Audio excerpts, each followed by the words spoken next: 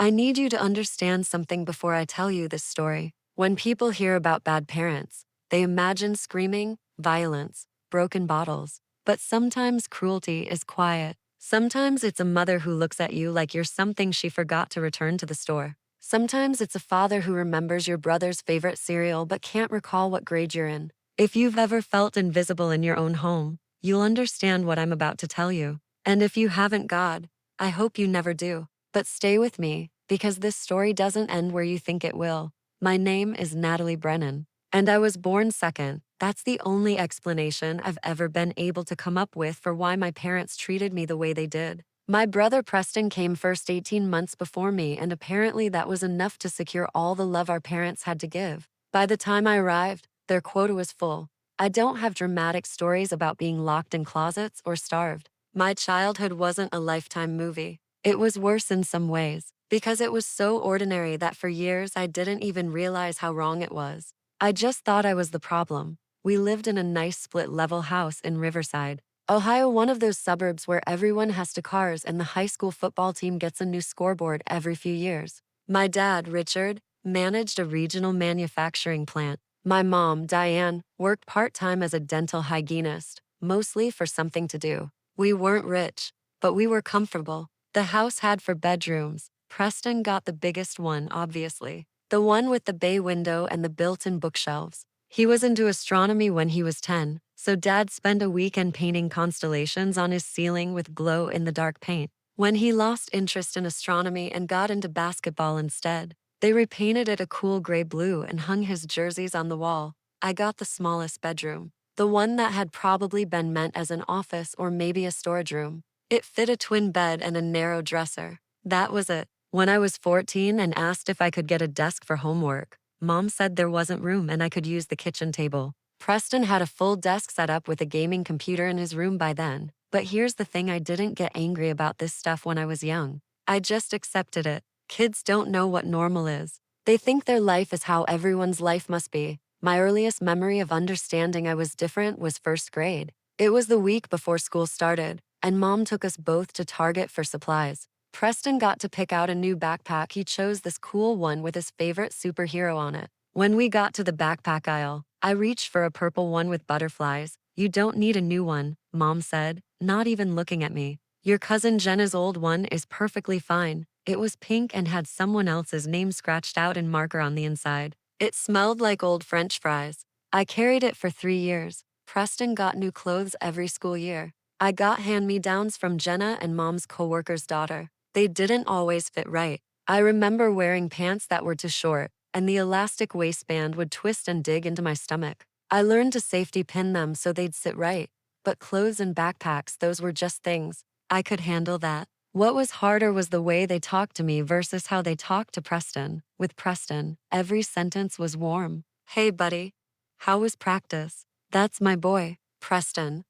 Want to grab ice cream with me?" He was always buddy or champ or son. They asked about his day. They laughed at his jokes. With me, conversations were transactions. "Natalie, did you fold the laundry? The dishwasher needs to be emptied. Make sure you clean up your mess." I was never a pet name. I was always just Natalie, and usually only when they needed something. By the time I was 8, I had a routine. After school, I'd walk home. Preston got picked up because he had baseball practice 3 days a week. I'd let myself in with the key I wore on a shoelace around my neck. I'd start my homework at the kitchen table. When Mom got home around 5, she'd start dinner, and I'd be expected to help. Set the table, chop vegetables, stir things, clean up afterward.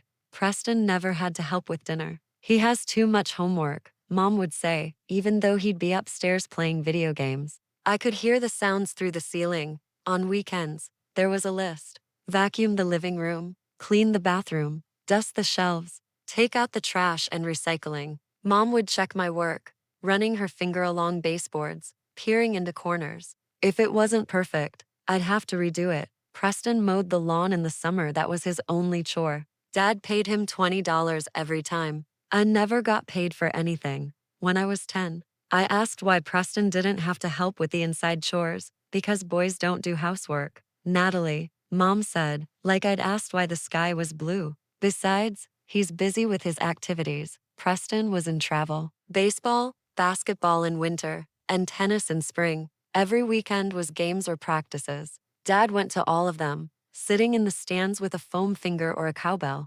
Sometimes Mom went too, and I'd be home alone, working through my list of chores, listening to the house settle around me. I asked once if I could join soccer. I was in fourth grade, and my friend Mia had just joined a team and wouldn't stop talking about it. It sounded fun, running around being part of something. We can't afford it, Dad said, not looking up from his newspaper. But Preston's on 3 teams, I said. Dad's eyes came up then, cold and annoyed. Preston is talented. He might get a scholarship someday. What exactly would you contribute to a soccer team? I didn't ask again. School became my escape. I was good at it, really good. I loved the structure, the clear rules, the way that if you did the work well, you got recognized for it. Teachers liked me. I was quiet, polite, always turned things in on time. I got straight A's. When I brought home my report card in 5th grade, all A's, plus a note from my teacher saying I was a joy to have in class, I put it on the kitchen table where Mom and Dad were sitting. Mom glanced at it. That's nice, honey. That was it. That's nice, honey. Then she went back to her magazine. That same week, Preston brought home a B+ in English, and Dad took him out for burgers to celebrate. Because English is tough for athletes, I started keeping my report cards in my desk drawer. No one ever asked to see them. Middle school was when I really became invisible. Preston was in high school by then, and my parents' world revolved around his schedule. Games, tournaments, college visits, even though he was only a freshman. They were already talking about athletic scholarships, about which colleges had the best programs. I was in 7th grade, and I walked myself to school, made my own lunches, did my own laundry, because if I didn't, it wouldn't get done. I'd find my clothes still in the hamper days later, smelling sour. While Preston's were always washed and folded on his bed, I started babysitting for neighbors when I was 13. Mrs. Chen down the street paid me $8 an hour to watch her to kids on Friday nights. I saved every penny in an old showbox under my bed. I didn't tell my parents about it. I had this fear that if they knew, they'd take it or make me contribute to household expenses. With that money, I bought myself a backpack I actually liked, a scientific calculator for math class, a winter coat that fit properly, small things that made me feel a little more human. My parents never noticed. The summer before high school, something shifted in me. I was sitting in my tiny room, and I could hear them all downstairs watching a movie. I hadn't been invited. I'd finished my chores and was reading a library book, and I just felt this wave of loneliness so strong it physically hurt. I realized I could disappear tomorrow and it would take them days to notice. Maybe weeks. That's when I made a decision. I couldn't control how they felt about me, but I could control my future. I could make sure that someday, I wouldn't need them at all. I threw myself into school even harder. I joined academic decathlon. I volunteered at the library for hours. That could go on my college applications. I studied until my eyes burned. When Preston had friends over being loud, I'd go to the public library and work in the quiet study rooms until closing, freshman year. I finished with a 4.0 and ranked 10th in my class of 340 students. I was proud. I printed out my report card and left it on the kitchen counter. The next morning, I found it in the recycling bin, not crumpled, just placed there, like junk mail. That hurt worse than if they'd thrown it away in anger. It meant they'd seen it and felt nothing. It wasn't even worth keeping. Sophomore year, I made it into the top 5 of my class. I was taking AP classes, scoring in the 95th percentile on practice sats. My English teacher, Mrs. Kowalski, pulled me aside and told me I should be thinking about Ivy League schools. With your grades and your story, you could get significant financial aid, she said.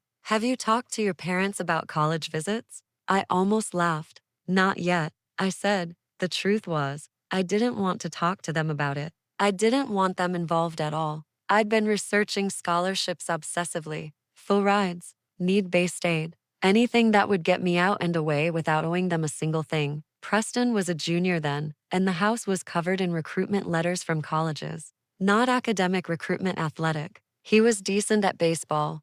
Good enough for a state school program, maybe, but the way my parents talked about it, you'd think he was headed to the major leagues. They took him on college visits that year. Penn State, Ohio State, University of Michigan. They'd leave on Friday, come back Sunday. and come home with sweatshirts and foam fingers. I never went. I was never invited. I'd spend those weekends deep cleaning the house so it would be perfect when they got back. I don't know why I did it. Maybe some part of me still thought if I was good enough, helpful enough, they'd finally see me. They never did. Junior year, the college pressure really mounted. I was ranked second in my class. Now, I'd taken the SAT and scored a 1,520. My guidance counselor told me I was a competitive candidate for any school in the country. What are you thinking? She asked me during one meeting. What's your dream school? Somewhere far away, I said, before I could stop myself. She gave me a knowing look. Fair enough. Let's make that happen. I applied to 12 schools, all of them at least 500 miles from Ohio. I applied for every scholarship I could find. I wrote essays about overcoming adversity, though I was careful not to make my parents sound bad. I didn't want pity. I wanted out. Preston committed to Ohio State for baseball that fall. There was a party. Family came over. Dad grilled steaks. There was a cake with future Buckeye written in scarlet frosting. I served drinks and cleaned up. No one asked where I was applying to college. I'd be a senior the next year, but it didn't occur to anyone to ask. That Thanksgiving, my Aunt Linda asked me about school. Natalie's doing fine, Mom said, answering for me. She gets good grades. What rank are you? Aunt Linda pressed. Second, I said quietly. My cousin Jeremy whistled. Damn, that's impressive. Where are you applying? Before I could answer, Dad cut in. She'll probably go to community college for a year or two. Save money. Preston's tuition is going to be expensive, even with his scholarship. I felt something crack inside me. I excused myself and locked myself in my tiny room. I didn't cry. I was past crying. I just sat there, looking at my acceptance letter from Northwestern early decision that had come the week before. Full financial aid package. They were paying for everything. I hadn't told my parents. I wouldn't, not until I had to. Senior year was strange. I went through the motions at home: chores, invisibility, the usual script. But at school, I was someone. I was valedictorian. Now, I was president of academic decathlon. Colleges were accepting me. Teachers were writing me glowing recommendations. I got into Northwestern, Cornell, University of Chicago, Duke, all with aid packages that meant I'd graduate debt-free. I chose Northwestern, close enough to Chicago that I could feel like I was in a real city, far enough from Riverside that I'd never have to come back if I didn't want to. I accepted in February. I didn't tell my parents until April, when they asked if I'd decided on community college yet. I'm going to Northwestern, I said at dinner. Full scholarship. Preston looked up from his phone. Where's that? Illinois. It's about 6 hours away. Mom frowned. That's so far. And we didn't even get to visit. I stared at her. You never offered. Well, we were busy with Preston's, I know. I cut her off. You're always busy with Preston. Dad's fork clattered against his plate. Watch your tone. I got into one of the best universities in the country, I said, my voice shaking. On a full scholarship. And you didn't even know I applied. You should have told us, Mom said, but she didn't sound proud. She sounded inconvenienced. Why? I asked. Would it have mattered? No one answered. I left the table. I spent the rest of the evening in my room, looking at pictures of Northwestern's campus on my laptop, imagining my life starting in for months. Graduation came. I gave the valedictorian speech. I talked about resilience and finding your own path. I didn't mention my family, but everyone who knew me understood what I wasn't saying. My parents came to graduation. They sat in the middle section, not up front. They clapped politely when I gave my speech. Afterward, at the reception, they spent most of the time talking to other parents about Preston's upcoming freshman season. Mrs. Kowalski hugged me tight. You did it, she whispered. I'm so proud of you. I held on to her a little longer than normal. She was the closest thing I had to a parent who cared. That summer, I worked double shifts at a local diner, saving money for things I'd need at school. My parents didn't help me pack. They didn't take me shopping for dorm supplies. I bought everything myself with babysitting and waitressing money.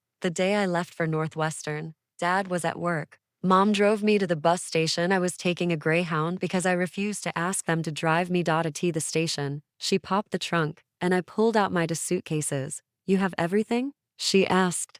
Yeah, okay, well, good luck. That was it. No hug. No, I'm proud of you.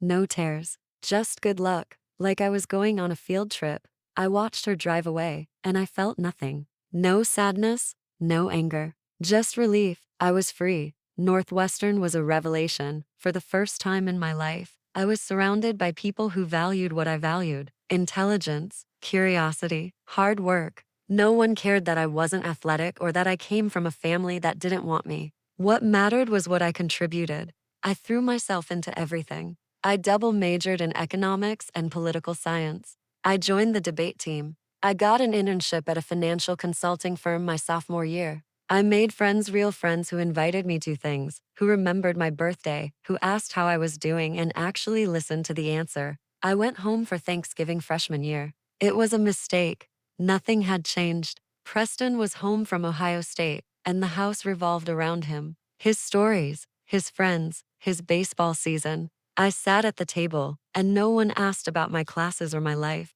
When I mentioned I'd made Dean's List, Mom said, "That's nice," and then asked Preston if he wanted more mashed potatoes. I left the day after Thanksgiving and didn't go back for Christmas. I told them I had to work, which was true. I'd gotten a paid research position that went through the break. But honestly, I would have stayed even without it. Sophomore year, I didn't go home at all. Junior year, I went for 2 days in summer and regretted it immediately. By senior year, I'd stopped pretending. I sent a card on Christmas. That was it.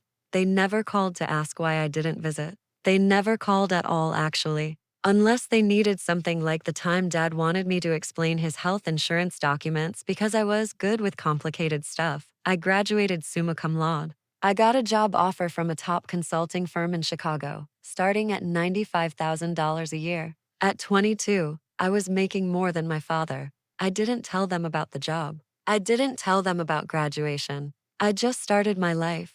The years blurred together in the best way. I worked hard, got promoted twice, moved to a beautiful apartment in Lincoln Park. I dated nothing serious, but I was learning what healthy relationships looked like. I made friends who became like family. Real family. I didn't think about my parents much. When I did, it was with a distant kind of puzzlement, like trying to remember a movie you walked out of halfway through. Then, 6 years after I graduated college, I got a phone call. It was Preston. "Hey, Nat," he said, using a nickname he'd never called me before. "Long time." "Hi, Preston." My voice was cautious. "So, I'm getting married. Congratulations." "Yeah, thanks." "Her name's Kayla. We've been together 2 years. Anyway, we're doing this thing in June, and you're invited. You're my sister." I almost laughed at that. I was his sister when he needed wedding guests. "I'll think about it," I said. "Cool. I'll send you the details." He hung up. "No, how are you? No, what have you been up to?" No acknowledgement that we hadn't spoken in 3 years. The invitation arrived 2 weeks later. Elegant cardstock. "Preston Brennan and Kayla Morrison request the honor of your presence." The wedding was at a country club in Riverside. Cocktail attire. I threw the invitation in my drawer and forgot about it, but then Preston called again. And again. And my mom texted the first text I'd gotten from her in over a year. "Hope you can make Preston's wedding." It would mean a lot to him. Not it would mean a lot to me. To him. I was about to RSVP no when my friend Jess weighed in. "You should go," she said over drinks one night. "Why would I do that?" "Because you're successful and happy and hot, and they're going to see that. You don't have to do it for them. Do it for you. Let them see exactly what they missed out on." Something about that settled it for me. I arfed, yes. The weeks leading up to the wedding, I felt strangely calm. I wasn't nervous. I wasn't angry. I was curious, in a detached way, to see these people who'd raised me but never knew me. I bought a dress deep emerald green, elegant, expensive. I got my hair done. I looked good. More than good. I looked like someone who'd made something of herself. The wedding was on a Saturday in mid-June. I drove the 6 hours from Chicago, listening to podcasts, feeling like I was visiting a museum of my own past. The country club was nice. Sprawling greens, white columns, string lights already being hung for the reception. I arrived during the cocktail hour before the ceremony. The moment I walked in, I felt eyes on me. Relatives I hadn't seen in years. Family friends. They looked at me like they weren't sure who I was. My Aunt Linda approached first. "Natalie? Oh, my God. Look at you. You look amazing. Thank you. What have you been up to? We never hear anything about you." I live in Chicago. I work in consulting. That's wonderful. Are you married? Kids? No and no. Just focusing on my career right now. She looked me up and down, taking in the dress, the heels, the confidence I'd built over years of making my own way. You've done so well for yourself, she said. And there was something in her voice, surprise, maybe, like she hadn't expected it. I spotted my parents across the room. Dad in a gray suit, Mom in a pale pink dress. They were talking to an older couple, laughing about something. I didn't approach them. I got a glass of wine and drifted through the crowd, making small talk with people who pretended to remember me. Preston found me before the ceremony. Nat, you made it. He hugged me, awkward, obligatory. Congratulations, I said. Where's the bride? Getting ready. You'll meet her at the reception. Thanks for coming. Seriously, it means a lot. He drifted away, pulled into a conversation with groomsmen. The ceremony was nice, standard. Kayla was pretty blonde, sweet looking, the kind of girl who probably grew up in a house where people said, I love you before bed. She cried during the vows. Preston looked genuinely happy. I felt nothing. No bitterness, no jealousy, just observation. The reception was where things got interesting. Dinner was served fancy plated meals, speeches from the best man and maid of honor. My parents were at the head table with Preston and Kayla and her parents. I was seated at a table in the back with some cousins I barely knew. I was halfway through my salmon when Kayla's father stood up. He was a big man, probably mid-50s, with kind eyes and an easy smile. He tapped his glass, and the room quieted. I'm not much for long speeches, he started, but I want to say a few words about family. Standard father of the bride stuff. I thought. When Kayla told us she was marrying Preston, we were thrilled. We got to know him, and he's a good man. But we also got to know his family, and I have to say, he paused, looking directly at my parents. I've been a little confused.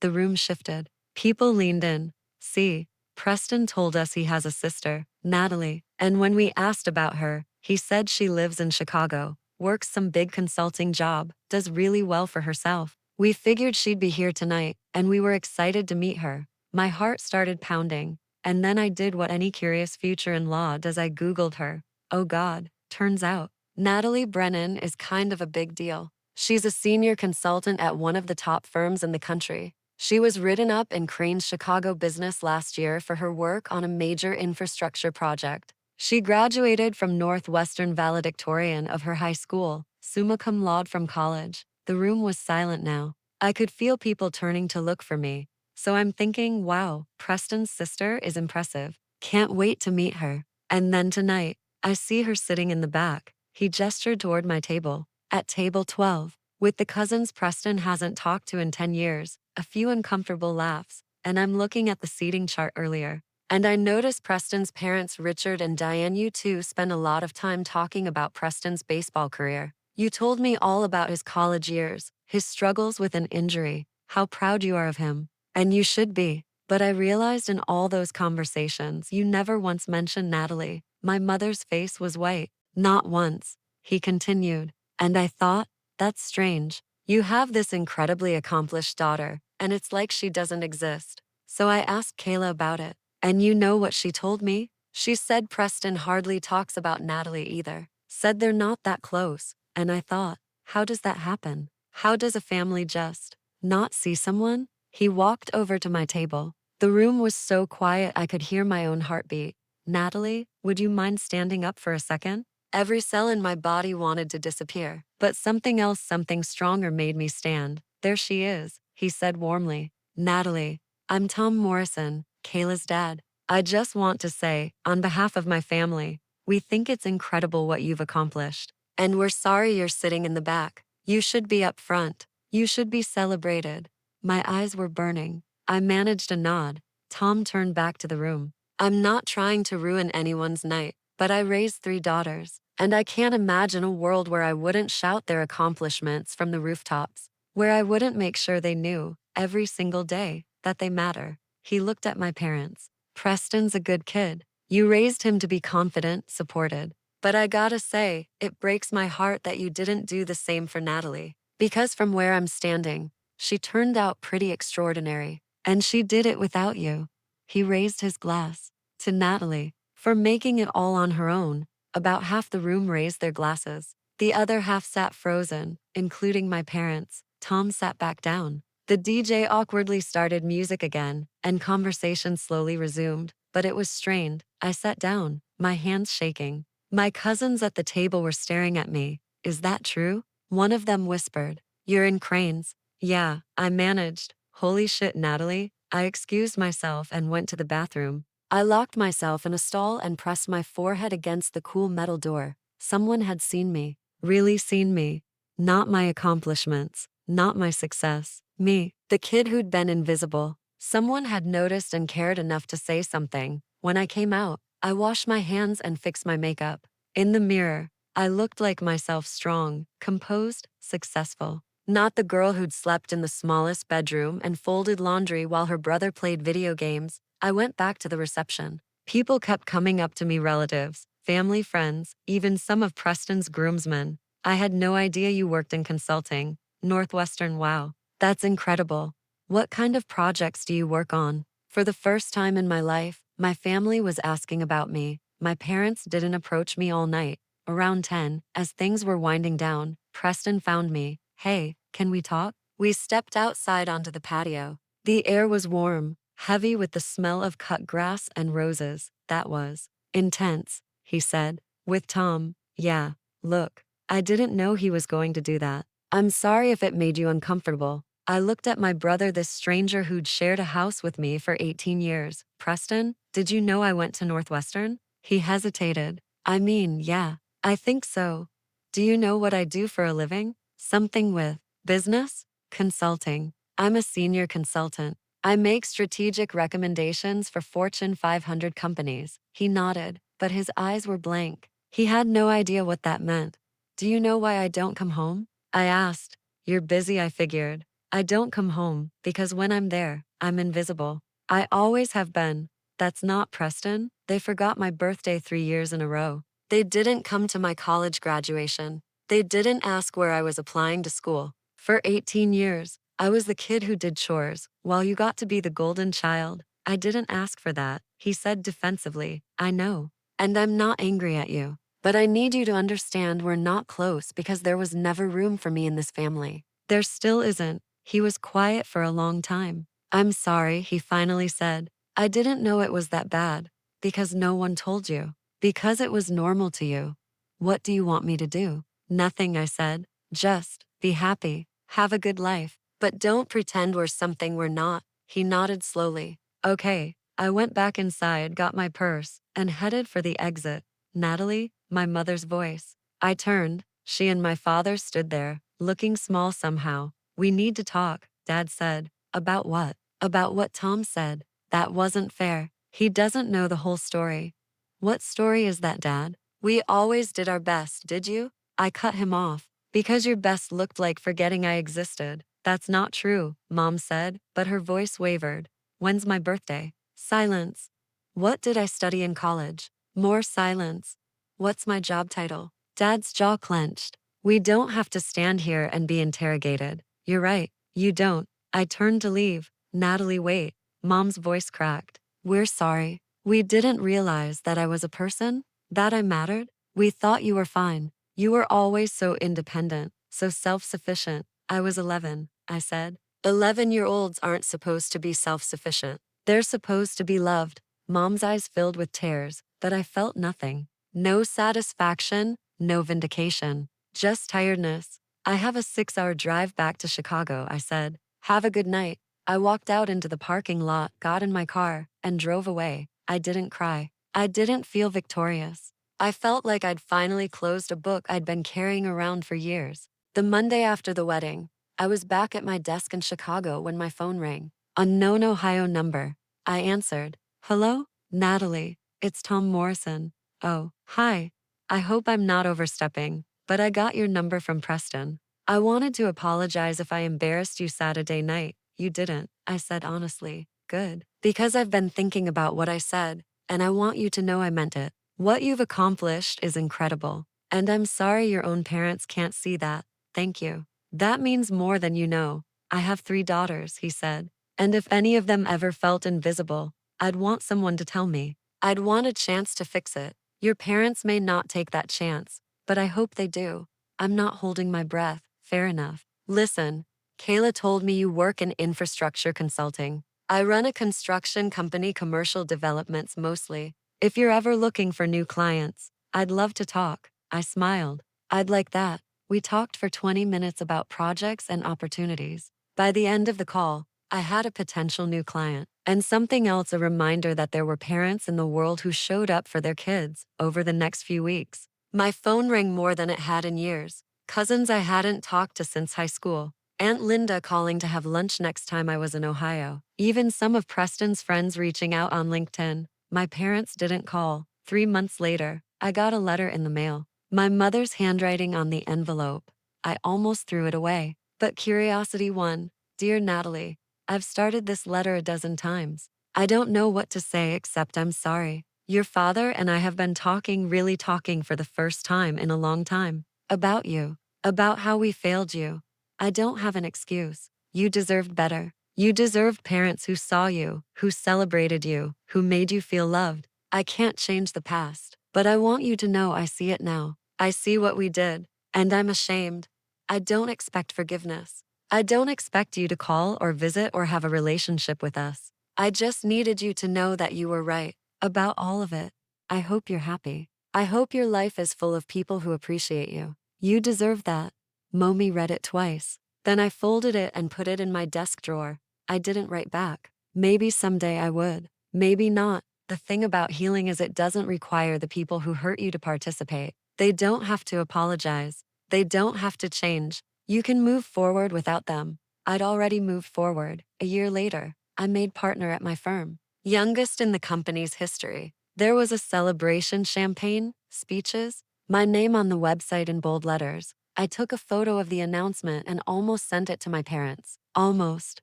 Instead, I sent it to Tom Morrison, who'd become a genuine friend and mentor. He texted back immediately, "Congratulations. This calls for a celebration. Dinner on me next time you're in Ohio." That's what family was supposed to look like. People who showed up, people who cared. I still think about that wedding sometimes. About Tom standing up in a room full of people and saying what no one else had the courage to say. He didn't fix my relationship with my parents. He didn't erase 18 years of being invisible, but he saw me. And he made sure everyone else saw me too. And maybe that was enough. Maybe I was always enough. I just needed someone to notice.